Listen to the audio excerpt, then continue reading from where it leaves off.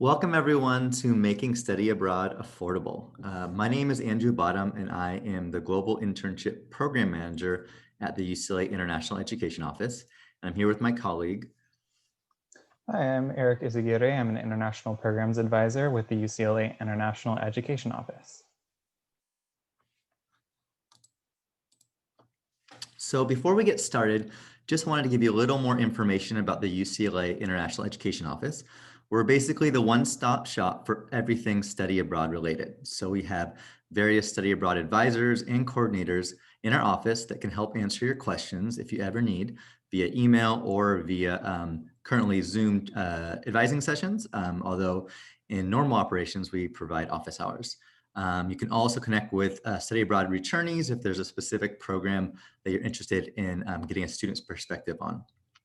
This current week is called the Global Learning Opportunities Week, which goes from today through this upcoming Friday, the 30th of October. If you go to our website, www.ieo.ucla.edu/glow, you'll be able to look at the schedule of all the events going on this week.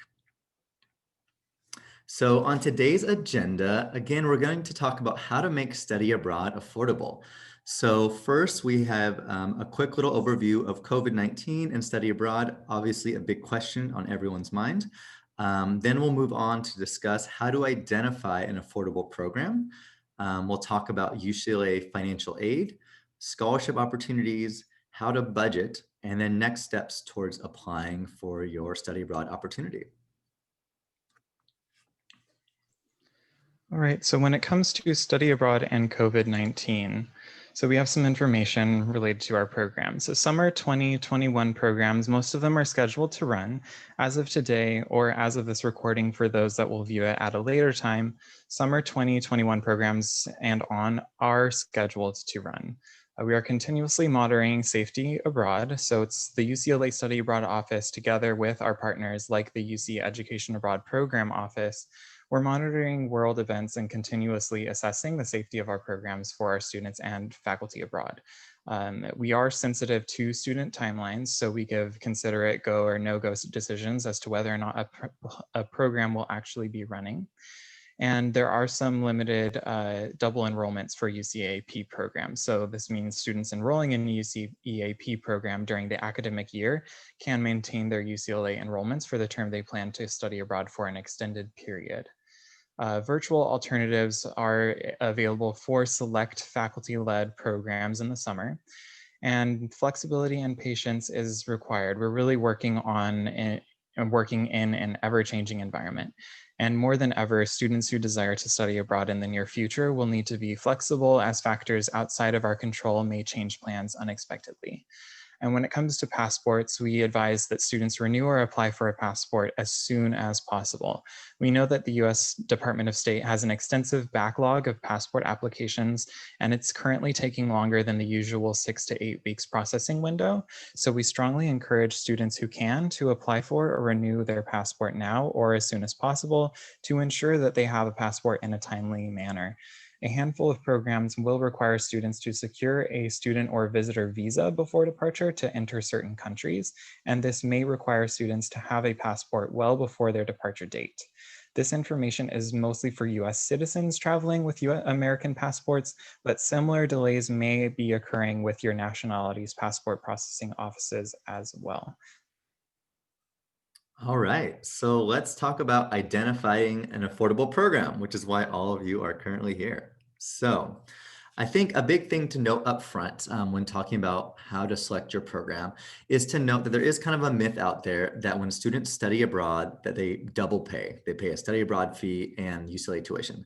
That is completely not true. So when you're applying to study abroad, you will have what's called a program fee, which is in place of your UCLA tuition. So this program fee, depending on the location you choose to study abroad, the term, the duration of your program, may be cheaper than studying at UCLA, may be more or less equivalent, or could be more expensive than being on campus.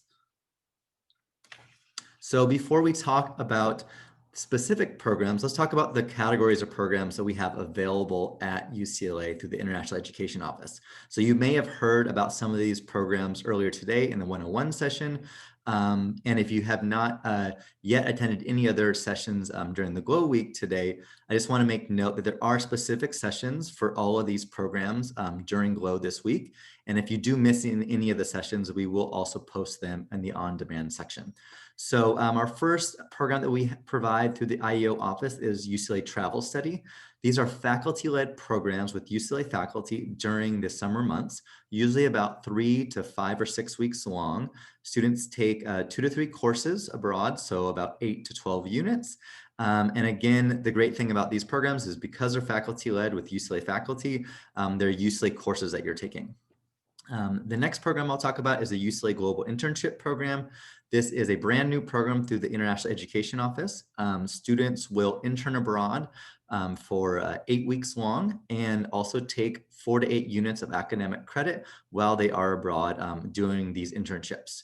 It's also important to note that we are providing virtual opportunities for all of the global internship programs. So you can select to intern abroad, or you can select to do a virtual internship while you're at the comfort of your own home. UCLA Global Cities is another program we run through the International Education Office.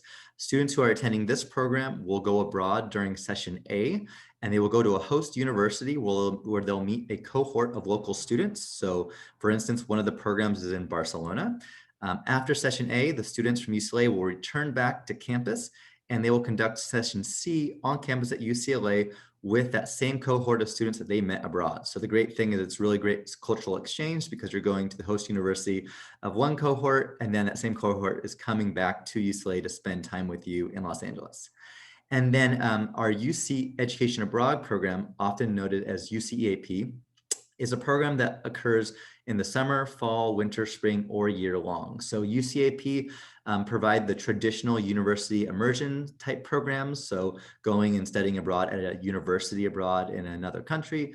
They also provide many language and cultural programs if you want to learn a specific language abroad or very interested in a specific culture.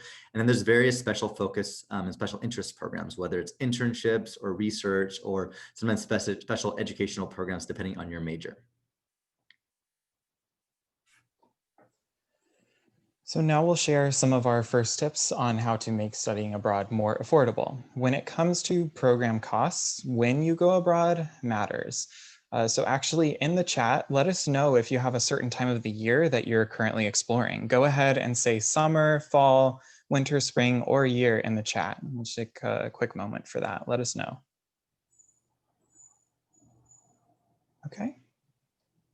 Seeing a mix of summer and fall. All right. Thank you. So if you are one of those folks who are considering fall, it will generally be a more expensive option, not always, but generally speaking. And why is that? Because UCLA is a quarter-based institution, and most universities abroad that we partner with are semester-based. So what that means is you're doing a semester-long program, and you're taking more units, spending more time abroad than a 10-week quarter, and therefore you're having a higher overall cost. And although we do have a handful of fall programs that are quarter-based, that does not guarantee that they're going to be the same cost as fall at UCLA. I didn't see anyone say they're looking at spring options, and it's not one of the most common times that students go abroad, but we do send students abroad in the spring quite a bit every year. So if you're actually looking to cut down on the cost of a study abroad program, spring will generally be a less expensive option because as a semester, it overlaps with 2 UCLA quarters, and the cost of one semester is generally less expensive than the cost of 2 quarters at UCLA. This is especially true for non-California residents who pay out-of-state tuition. However, many spring semester programs would offer you a lighter course load than what you may usually take for 2 quarters, so it could potentially give you a shortage of units or classes depending on your specific degree plan. But with proper academic planning, some students are able to make spring semester work and end up saving a few $1,000s on their program. So it's possible, but it does require diligent academic planning to ensure that you stay on track for graduation. I'll talk a little bit more about this in a moment, but when it comes to year programs, they can actually end up being the same or less than a year at UCLA. So don't write these options off entirely. And lastly, UCEAP offers a number of multi-site programs where you spend a length of time in different cities or countries. Although this has the benefit of giving you multiple destinations in one program, multi-site programs tend to have significant extra costs that make them less affordable than single-site options. So thinking about when to go, this is some of the general guidelines that we give. I know a lot of people were talking about summer as an area that they're considering.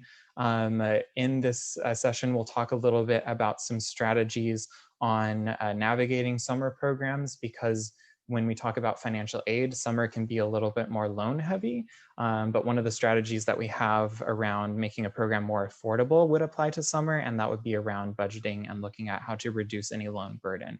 But for the next section, we will get to talking about location.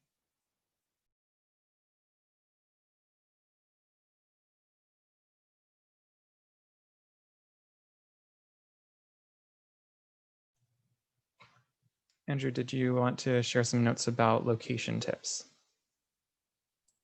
Oh, sorry, I didn't realize I was on mute. So as Eric was mentioning, students, when you're selecting a program abroad, choosing which term you want to go will definitely affect your overall cost.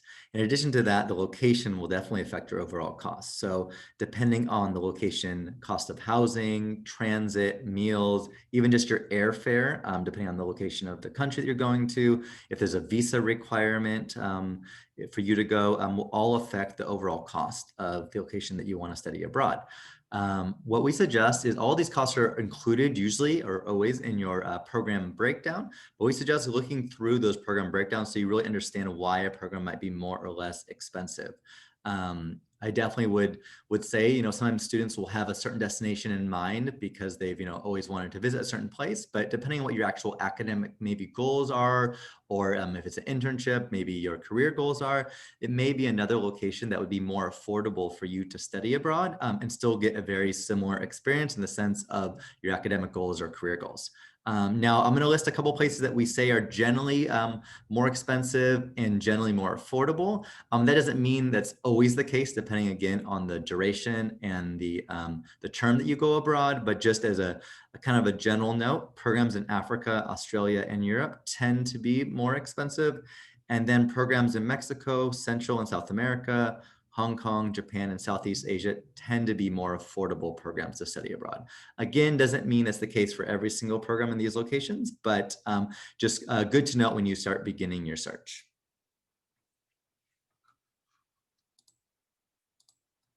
So now let's actually compare some pricing. So these are all summer programs. So we first have Contemporary Mexico, a UCAP program. We have Global Internship Program in Colombia. We have a Travel Study Program in the middle in New York City. We have a Global Cities program, which again is that Session A and C program in Amsterdam. And then we have a UCAP program in Ireland. So if you look at all these programs, we have a really wide range of costs, right? We have on the lower end, around 6,000 to the mid 6,000s for Mexico and Colombia, and up to over 14 grand for a program in Ireland. It's important to note as well, though, that a program in Mexico there's ones that is 5 weeks with 11 units. You have in Ireland 8 weeks with 12 units. So depending on the program that you select, you'll want to think about the duration that you're going to be there. That will affect the overall pricing, the number of units that you're going to take as well. But I hope this slide really shows you that there is a wide variety of costs when you're selecting a program.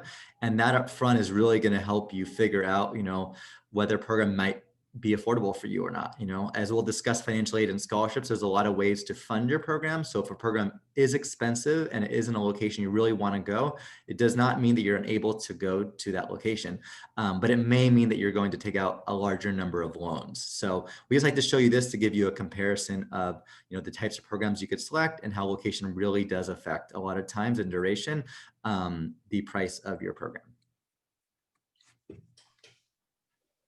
And now when looking at UCAP programs offered during the academic year for fall, winter, and spring, To get a sense of how affordable a program is, we recommend that you compare it to how much you spend while at UCLA for the same term.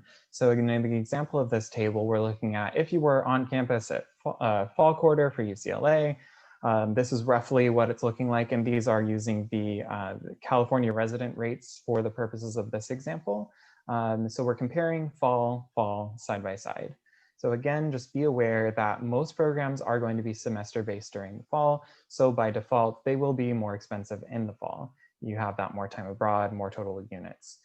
We do, however, have some quarter-based fall programs, which can give you an international experience at a more comparable cost to what you would spend here at UCLA. The example here being the International Christian University program in Japan for their fall quarter, essentially. But also, if you're one of the folks looking at fall, this doesn't mean you can't do fall because it's a fall semester and it's going to be more expensive, because location will be a factor you need to consider when looking at options, as Andrew had mentioned. So if you are finding yourself in a situation where fall is really the time that makes the most sense for you academically or personally to go abroad, it doesn't mean fall's off the table. It just means you may have to be a little more flexible when looking at the location, so you can find a program that allows you to still go abroad, but is a little bit more affordable and within your personal budget for going abroad. And please note again that during the academic year, if you're not a California resident, you still pay non-resident tuition, even on a UCAP program abroad.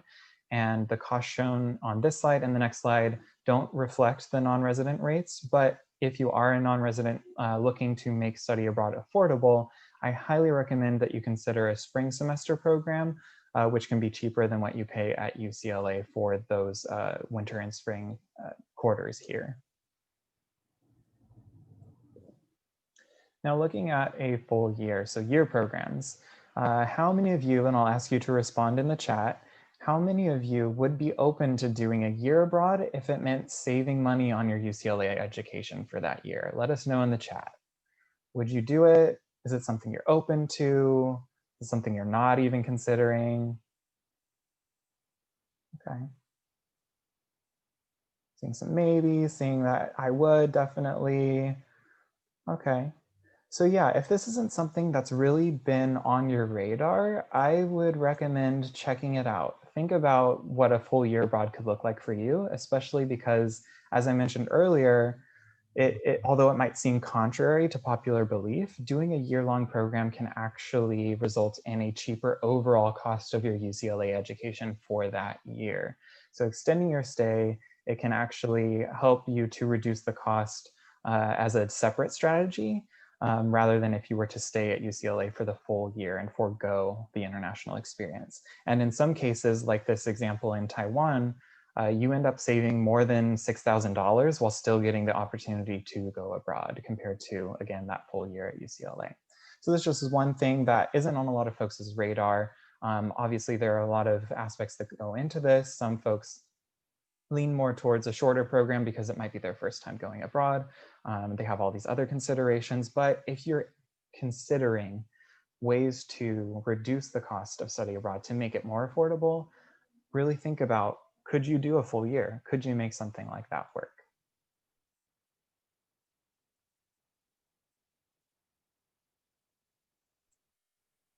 And then a separate strategy, so beyond location, timing, duration, another strategy for making study abroad affordable is to utilize financial aid. So when it comes to the question of, can I use my UCLA financial aid for study abroad? The answer is yes. All eligible students can use UCLA financial aid for any study abroad affiliated with the UC system. So what do you need to do to utilize aid for your study abroad program? You would apply for financial aid as you do every year for your education. Ensure that you're filing your FAFSA by the March priority deadline. And if you're studying abroad in the summer of your senior year and it's your last term at UCLA, you'll have to still complete FAFSA one last time. And then if you're a student with DACA, you would complete the California DREAM Act application. And then UCLA Summer Travel Study and the Global Internships program that was mentioned earlier, you must complete an additional summer financial aid application for these unique summer programs. And then for the UCLA Summer Global Cities program, you must complete another summer financial aid application as well. So just some notes about, you still do it as you normally do, but for select summer programs, there's an additional step for securing financial aid. And what kind of aid can I carry over? Participating on a UCAP or UCLA Summer Abroad program, it means you're still a UCLA student while abroad. So as a result, you can still carry over federal, state, and university aid with the exception of federal work study. So this involves Pell Grant, Cal Grant, UCLA grants and scholarships, Blue and Gold Opportunity Plan, as well as veterans benefits. All of those are eligible to be carried over to a study abroad program through the UC. And then another question is, will I get the same financial aid as I do at UCLA? It's not exactly the same. The grant aid will adjust up and down, and even the student with the most financial need, essentially an expected family contribution or EFC of $0, will have a loan component aid package without accounting for the scholarships. So UCLA financial aid will package you for the total budget of the program. But as far as why will grants adjust? Why will I still have a loan component even if my EFC is $0? I mentioned earlier that summer aid can be a bit more loan heavy across the board. And that's also because certain grants, as was mentioned on the last slide, there are certain grants that just aren't available for summer. And then costs are often a bit higher in certain programs. And the budget factors in expenses like airfare and transportation. So things that, especially if you're a California resident or you're local to the LA area, you're likely not flying and spending that cost, but that cost is a part of the program cost for study abroad, because most of our programs, you do have to get airfare to do your program.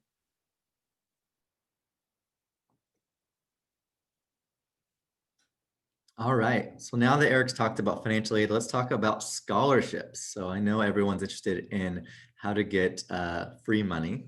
So there are various types of scholarships that are offered. So everything from academic and merit, financial need scholarships, scholarships with a specific focus, whether you're doing a research or an internship program, and then personal narrative related scholarships. So at the UCLA International Education Office, we do have specific scholarships that are provided by our office. We also have scholarships that are provided by departments on UCLA campus, and UCAP itself has its own scholarship system. And so what we like to, I'll talk at the end a little bit about how to locate these scholarships, but just a quick overview. As far as UCLA departments, there's various departments that, depending on the location you're going or the program that you are attending, might provide scholarship money for your program. So a good example are the UCLA Travel Study faculty-led programs. There's quite a few departments, for instance, the Spanish department or the history department, that do provide specific scholarship funds for students who are enrolling in those programs. And so we definitely encourage you that if you are going on a program that's related to your department, or your department does provide funding, to apply for those scholarships. UCLA IO also provides scholarship opportunities for our homegrown programs in general. And so Global Cities has a scholarship of $2,000 for participants who are enrolling, Global Internship Program for $2,500, and Travel Study for a 50% off the program fee scholarship. Additionally, UCAP also has a first gen scholarship. So for first gen students who are applying for a UCAP program, up to $1,500 for those scholarships there. UCAP as a whole provides what's called Promise Awards to students who are studying abroad through UCAP. And they have scholarships ranging from $1,000 up to $5,000 for those who are doing a full academic year. And so what I like to encourage students is, sometimes it seems like scholarships are overwhelming and there's additional work that you have to write essays for. But I would encourage you definitely to apply, specifically for the UCLA IO scholarships that we oversee. We definitely know there are some scholarships that seem to be underapplied to, that we have probably a lot of qualified students that could apply and be great candidates. And so we highly encourage you to apply, because you really have nothing to lose, and it can really decrease the amount of money that you're going to have to spend for your programs abroad. In addition to the scholarships provided by our office and other departments on campus and UCAP, there are various national scholarship awards. One of the most common is the Gilman Scholarship. The Gilman Scholarship is for any student who is Pell Grant eligible. This scholarship provides funding, I believe, up to about $5,000. And about a quarter of the students nationwide who apply to Gilman do receive a Gilman grant. It's important to note that there is a project, a subsequent project that students do have to complete upon completing their study abroad experience. But I also like to note that although it's about a 25% average acceptance rate for students applying to get a Gilman grant, I would say from my own experience, advising students and having students apply for Gilman, UCLA as a whole definitely has a higher percentage of students who are receiving these Gilman scholarships. So I definitely encourage you to apply, even though it's a national scholarship. The Freeman Scholarship is for students who are studying abroad in Asia. Diversity Abroad scholarships, we have a Diversity Abroad, what's it called, a search engine that you can search various different scholarship awards, depending on the type of program you're doing, depending on your major, depending on your background. So we definitely suggest you looking into the Diversity Abroad Scholarship Awards. And then the Bourne Scholarship is for students who are studying critical languages. And so, again, all of these 4 scholarships are ones that UCLA students definitely do receive yearly. And so we definitely encourage you to apply. To learn more about scholarships, there's 2 places we suggest that you go. First of all, there is on our GLOW website, if you go to ieo.ucla.edu/GLOW, you'll be able to click on the on-demand sessions, and there's already a scholarship session posted, a webinar that discusses more in depth how to apply for scholarships, tips, more about the specific scholarships I just talked about. And then additionally, if you go to our website, ieo.ucla.edu/scholarships, you'll be able to find the specific scholarships for your program. So whether you're doing a travel study program, a UCAP program, global cities, or global internships, there'll be specific scholarships that apply to those programs. And then we also do have a list of these other scholarships I mentioned, these national ones, with links to their websites.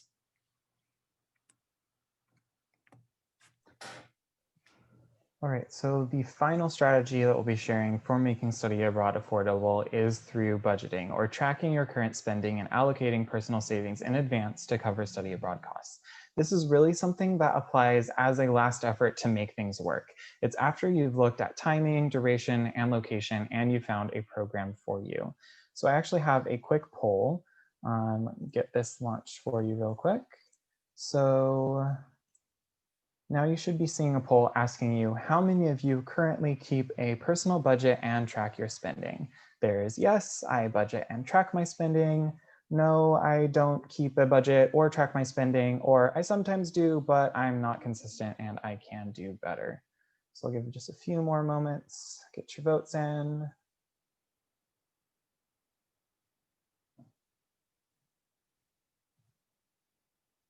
And this is anonymous, so be as honest as you want. I know at least when I was a student, I did not track my spending and I really should have. Okay, so I will close that now. Looks like we've gotten most folks' votes in here. We'll share the results. So we have a good mix of folks in the yes and then the sometimes, someone saying no, I don't, and that's totally fine.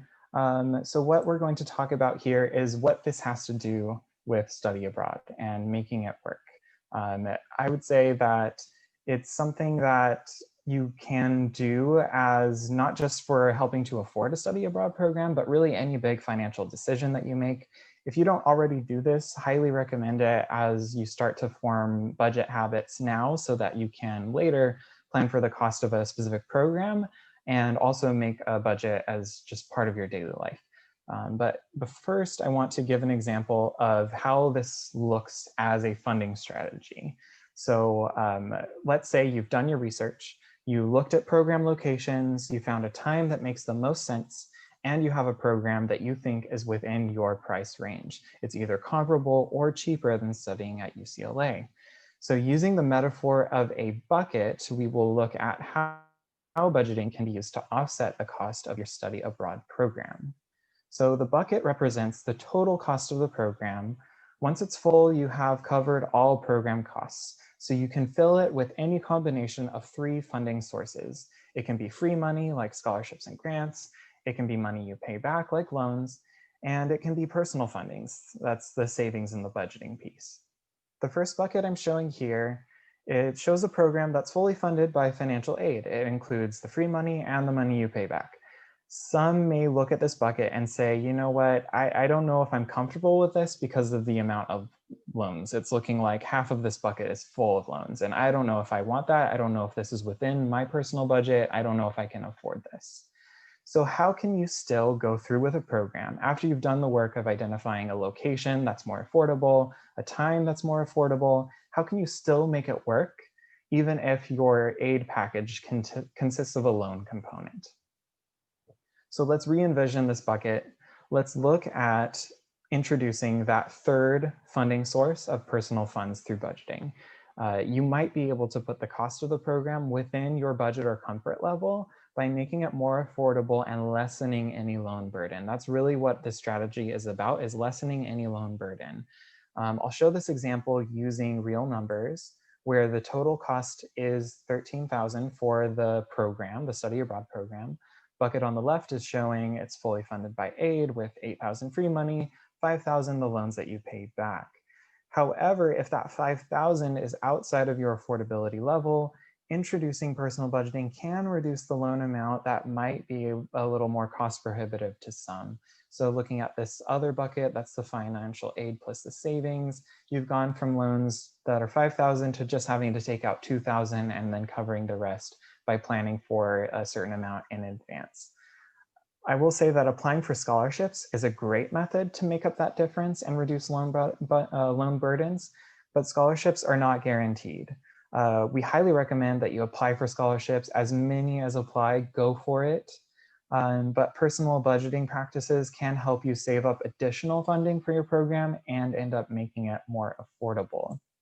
For beginners, budgeting can look like this, where you're listing out all of your monthly expenses by category to find out where your money is going, and listing out any monthly income sources, whether it's campus jobs, off-campus work, side hustles, scholarships, aid, etc. This is going to give you a more or less accurate picture of your money situation. And are you breaking even? Do you have anything left over? Do you have any room to save additional funds, or will you be primarily relying on scholarships that you apply for and loans? It will help give you an honest picture of your finances and your funding, as well as comparing that to the cost of the program so you can see, am I on track? Does this choice make sense? It doesn't have to be intimidating. You can find tons of free tools and resources online to help you create and track a personal budget. And you can find budget templates like this one online for free. So all you have to do is fill out your spending on a weekly or monthly basis to see, are you on track?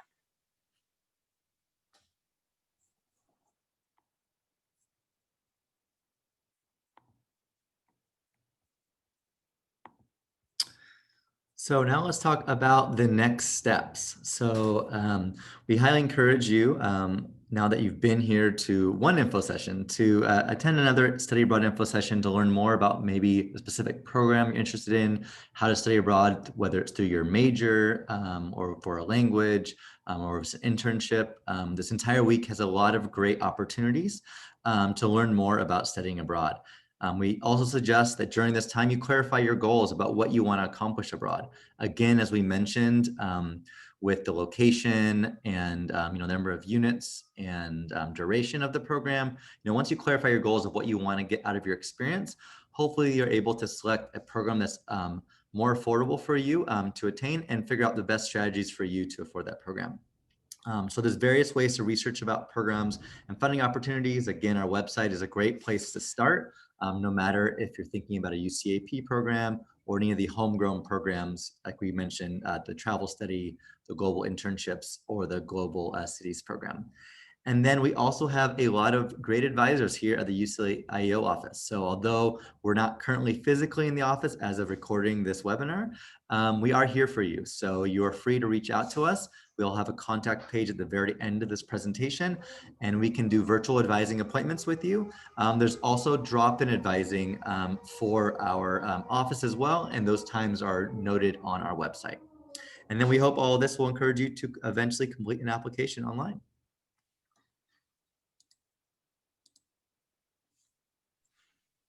So now we open it up for questions. I did see one come in earlier asking about what the Spring Abroad program typically costs. Yes, I mentioned that spring could be a more affordable option compared to a winter spring quarter at UCLA. It runs the ranges, and it can be anywhere from, I've seen some spring semester programs being around 14 or 15,000 to all the way up to 20,000 and plus. It really varies and it depends. It would be similar into fall in that sense, where some fall programs would be more comparable to UCLA and some would be a lot more expensive. So there's a range for spring. And let me see. Seeing a couple of other questions. Where can you see the cost of programs? On each program's web pages, they have a cost section. So whether it's the UCAP website that you're looking at, there is a cost section dedicated to each individual program, and they'll have a budget estimate and budget breakdown saying this is how much is tuition and fees, this is estimated airfare, textbooks, pre-departure expenses. All of those things are factored into the budget and outlined on each program's webpage. And it goes the same for our UCLA Summer Travel Study, Global Cities, and internship programs. Okay, a couple more questions. And then let me see, how far in advance should we apply for study abroad? This is a great question, and I would say it depends on the programs. I can talk for UCAP, and then Andrew, if you want to talk about some of our UCLA in-house summer programs. But for UCAP, we tend to have 2 cycles of applications. The summer, fall, and year-long programs, those applications open annually on around October and would be due starting in December through winter quarter for the most part. And then for our spring or our winter and spring cycle, that will open up in January and be due anywhere from late, or actually April, around April is when they start, and then through the summer. So those 2 cycles, you can apply the day that it opens, particularly if a program is competitive, meaning that it has a limited number of spaces. Most programs are not like that, so you can technically apply the day before it closes and be fine. But it's best to not plan on a last-minute application, because you can make sure you're putting your best effort forward, you're making sure that this program is the right choice for you, you can talk it through with multiple advisors rather than trying to squeeze in something at the last minute. But you're here, you're in these workshops. We highly recommend that you visit other webinars that we'll be having that will talk more about applications. But for UCAP, it can be months in advance. And Andrew can talk about the UCLA summer programs. Yes, so for the summer programs for UCLA, they all open in November. So Global Internships is first. It opens on November 2nd, whereas Global Cities and the faculty-led UCLA Travel Study open on November 18th. So it's really important to note that for Global Cities and UCLA Travel Study, it is a first come, first serve sort of application process. So once the program is filled up, that program basically is full and will then accept just a wait list. So there's a limited number of seats on those programs. Those programs enrollment will go through early spring quarter, so around April. So there is time to apply if you don't quite know yet that you do wish to study abroad in one of those programs. I will note, however, that there are a few of those specific programs that always tend to get a lot of students to enroll right away. So there are programs that do fill up in November, but various programs, will be open until around the very first week of April. As far as the Global Internship Program, it is both a competitive process and has a limited number of seats. So There are students that when you apply, you will have to get your resume reviewed, as well as you'll be filling out a questionnaire of kind of your motivation for the program. You'll do an advising appointment with our in-country partners, who are the ones who find the placement opportunities for you. And so if you do pass this process and you are accepted into the program, there are a limited number of seats at that point, or a limited number of places for the Global Internship Program. So there's a priority enrollment for that program from November 2nd through December 13th, which means anyone who applies within the 2nd to the 13th of December will be first reviewed as the first group of students. So we suggest that you apply within that initial window. And then after December 13th, we'll take students on a first come, first served basis, as long as they are accepted into the program and bypass all of those, and are confirmed for all of those additional application steps. All right, so next questions that we have are actually two related to sort of financial aid.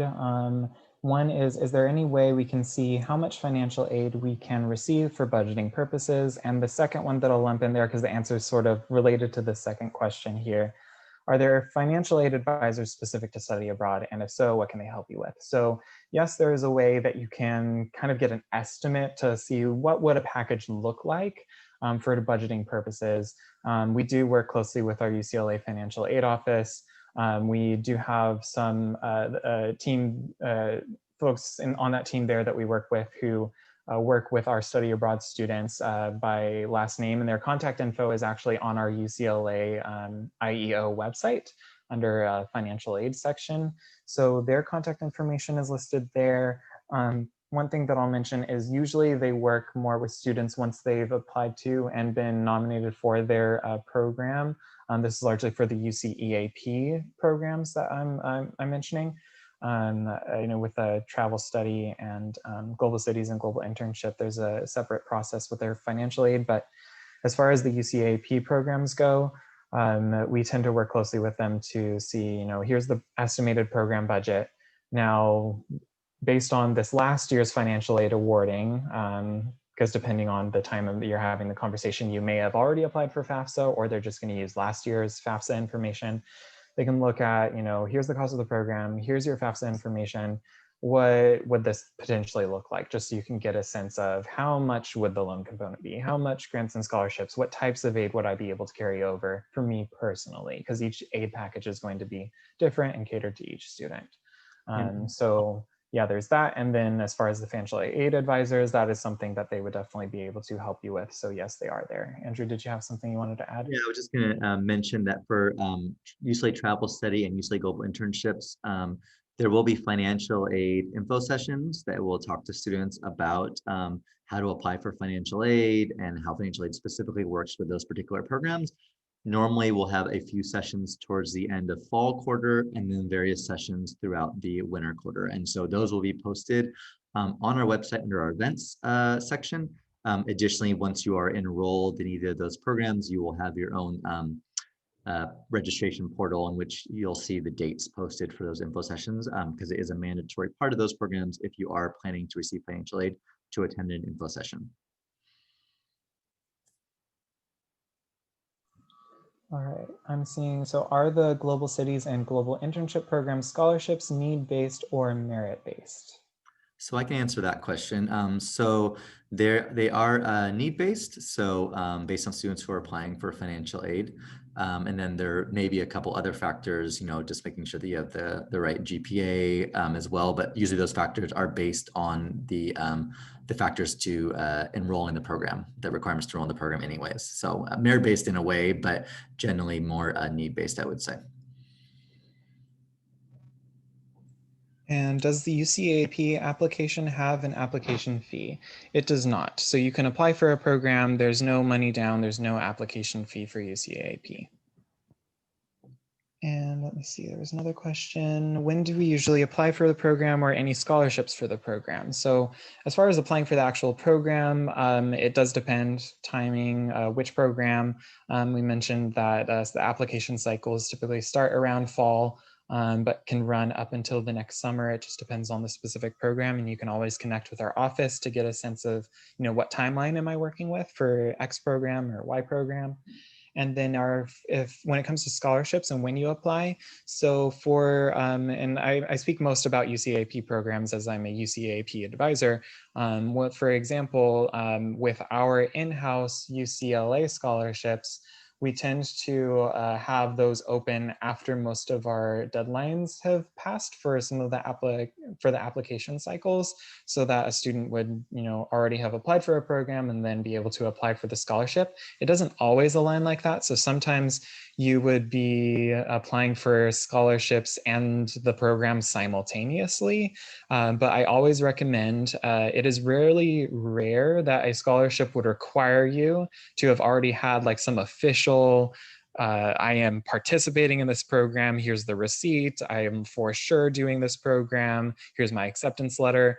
They would rarely require that for you to be able to submit the scholarship application. So even if you're still sort of deciding one program or the other, or you haven't quite finished your application, most of the time you can just go for the scholarship instead of foregoing it, just to make sure you're getting the scholarship application in. So don't delay on those. Because there tends to be less flexibility with a scholarship deadline than a program application deadline. So you're sort of simultaneously doing it, but go for it sooner rather than later. And the scholarship deadlines depend on, the scholarship. They're kind of a little different depending on whether it's in-house or it's a national one like Gelman or Freeman. And then I'll speak more towards the scholarship related to the in-house UCLA travel study, global studies, and global internships. So generally, the in-house scholarships for those programs tend to open after January, so in the winter quarter. For those scholarships, we like to announce for many of them prior to when the deadline is to enroll. I will note that these scholarships, you do need to have placed your deposit down so that we know that you are planning to do the program in advance. And so for all those programs, it is a $200 deposit. But if you don't get the scholarship, if you're hoping to get a very large scholarship, you will have also an opportunity to drop the program if you decide that it's not financially feasible for you to do one of those programs. So we try to announce at least our in-house scholarships prior to the deadline of the application. There are various departmental, like we mentioned, scholarships that all have different deadlines, but generally all those open in the winter quarter for all those summer programs. And two quick questions I'm seeing. There's one that's, where will this recording be uploaded? It will be uploaded on the same portal where you were able to access it through the GLOW website. So the ieo.ucla.edu/GLOW. That's where our recordings for all of our sessions will be hosted. And then a second question I'm seeing is, can you do an internship and a class at the same time? Andrew, would you like to handle this one? Yeah, so for the global internships, there are 2 courses that you will be able to conduct if you'd like. So it's 4 to 8 units. The first course is an internship course. It's a 195 for engineering students, or a 195 CE for the other majors that are represented. And then there's a second course called CESC 130, which is intercultural communication in the global workplace. And so this course will provide you another 4 units. It's important to note that if you do plan to apply for financial aid, you must have 8 total units completed during the global internship program in order to be financial aid eligible. And adding to the internships conversation, when talking about UCEAP programs, there are some programs where your internship is the main focus, and you might be taking one course, similar to what Andrew was saying about the UCLA's global internships. So it's an internship program, you're taking one class, but mostly you're doing the internship and it's working around those class hours. There are some programs where you might be able to opt into a part-time internship, though most of the focus is on your academics. So the one's sort of like a hybrid program where you're doing a little half and half.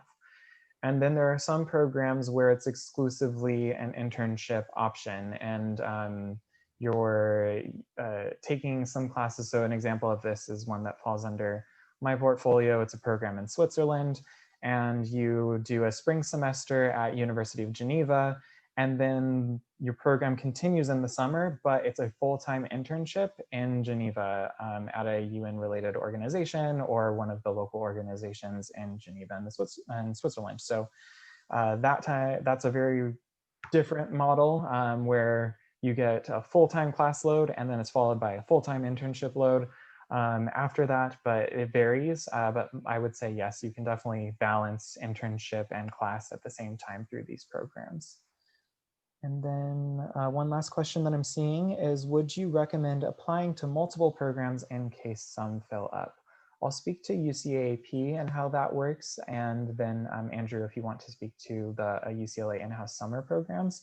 So for UCAP, you can really only submit one application because most of them don't fill up. Most of them do not have a space limit. So really, you can apply to a program and the eligibility criteria is on the website, and you can kind of look at the eligibility and assess, do I meet this GPA, this course prerequisite? Most of the time, it's really just GPA and class standing based on units. But for the programs that don't have a limit in the space, you can apply for the program by the deadline, and there's really no reason we would reject your application. It's not really a competitive process in that regard. And then when it comes to programs that do have a limit space and might be at risk for filling up, you would still apply for that program. And then if in the event you are waitlisted for the program, we would notify you and tell you you can submit a backup application because you're on a wait list. But you can't submit multiple at once without already having been waitlisted for a program, if that makes sense. And then for our in-house programs, first for Global Cities and UCLA Travel Study, those programs, as I mentioned, they are first come, first serve. So you will know automatically when you apply whether you are accepted into the program. And as long as you place down your $200 non-refundable deposit, you will be, in the program. And then by the time that you're required to submit your full payment or submit your financial aid application, that's where you confirm your actual enrollment overall, but just that deposit holds your spot. So for those programs, if they are full already, you can go on a wait list for those programs and hope that a student might drop before the enrollment deadline. That does happen for certain programs. And so even if you're on the wait list, it doesn't mean that you will be unable to enroll in the program. But if you do enroll in a separate program and you put down your deposit, let's say you were on the wait list for global or for a UCLA travel study, and then you were a little bit nervous about it and you decide to enroll in UCLA Global Cities, well, your deposit is non-refundable through UCLA Global Cities. So that's a chance you would take if you decide later you wanted to do the UCLA Travel Study program if a spot opened up. For UCLA Global Internships, as I mentioned, it is also $200 deposit. You will know once the application process, once you go through the process, whether you've been accepted. It will take some time. So, it is a gamble, I guess, in a sense that you won't know when you initially apply whether you'll be accepted or not. But as much as I said that the travel study and global cities programs do fill up, it doesn't mean every single program is going to fill up right away. There oftentimes are programs that do take until April to fill up. So if you are worried about getting into a specific program, what I highly advise is to just email the advisor. You can find that on our contact information that we'll show here in a second. And then you can ask them and say, hey, I'm interested in this particular program. What are the likelihood that it's going to fill up very quickly?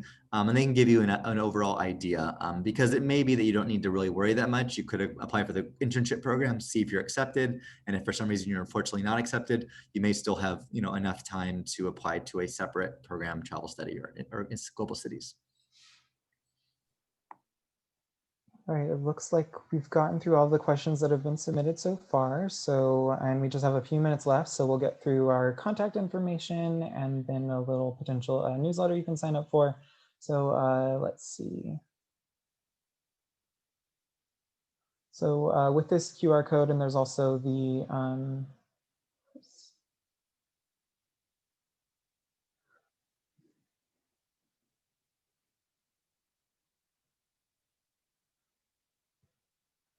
All right, yes, with this QR code, and there's a bit.ly, Andrew, if we can get the slides back up. I'll just talk about it for now for this purposes, but for the QR code, you can sign up to receive study abroad updates and information around scholarships and timelines and just a lot of study abroad info through this QR code as well as the bit.ly link. And again, this will be a part of the recording so you can access it later. And then our contact information, I do not have I don't have responses to whether the slides will be available, but the recording will for sure be available. That will be posted on our ieo.ucla.edu/glow website. So you'll have access to them in that space, but I'm not sure if we have plans to post the PowerPoint, but if we do, they would likely also be uploaded to the website. Thank you for asking that. And then so there's this information on join our email newsletter. And then the next slide should have our contact information for the UCLA Study Abroad office. We're in Murphy Hall. Email is the best way to get in touch with us right now, as we're not physically in the office, but we also have virtual advising through drop-in advising, and then you can schedule an appointment in advance with an advisor. We're also on social media, Facebook, Instagram, and Twitter. The handle is @UCLA-IEO. And with that, thank you all so much for participating, being active, being engaged, responding to the questions, the polls, and asking really great questions.